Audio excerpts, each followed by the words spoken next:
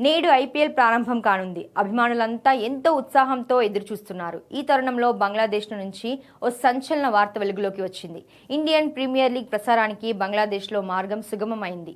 దేశంలో ఈ టోర్నమెంట్ ప్రసారంపై ఎలాంటి ఆంక్షలు లేవని కొత్తగా నియమితులైన సమాచార ప్రసార శాఖ మంత్రి జహీరుద్దీన్ స్వపన్ ధృవీకరించారు. క్రీడలతో రాజకీయాలను కలపడం తమ ప్రభుత్వ ఉద్దేశం కాదని స్పష్టం చేశారు. గతంలో ముహమ్మద్ యునాస్ నేతృత్వంలోని తాత్కాలిక ప్రభుత్వం ఐపీఎల్ ప్రసారాలపై నిషేధం విధించిన విషయం తెలిసిందే.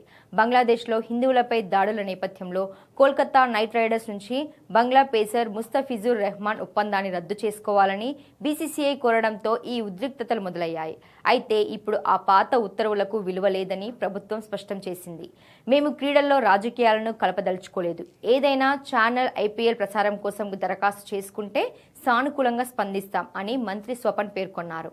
స్టార్ స్పోర్ట్స్ వంటి అంతర్జాతీయ నెట్వర్క్లు కూడా బంగ్లాదేశ్లో ఐపీఎల్ను ప్రసారం చేసుకోవచ్చని, ప్రభుత్వం ఎవరిని బలవంతం చేయదని లేదా అడ్డుకోదని వివరించారు.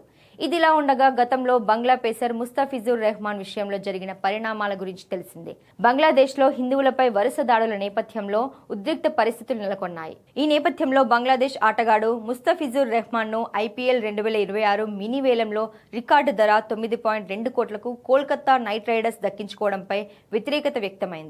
ఈ నేపథ్యంలో బీసీసీఐ కీలక నిర్ణయం తీసుకుంది.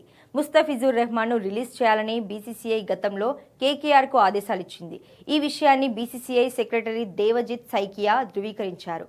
దీంతో రెహమాన్ను కేకేఆర్ రిలీజ్ చేసింది.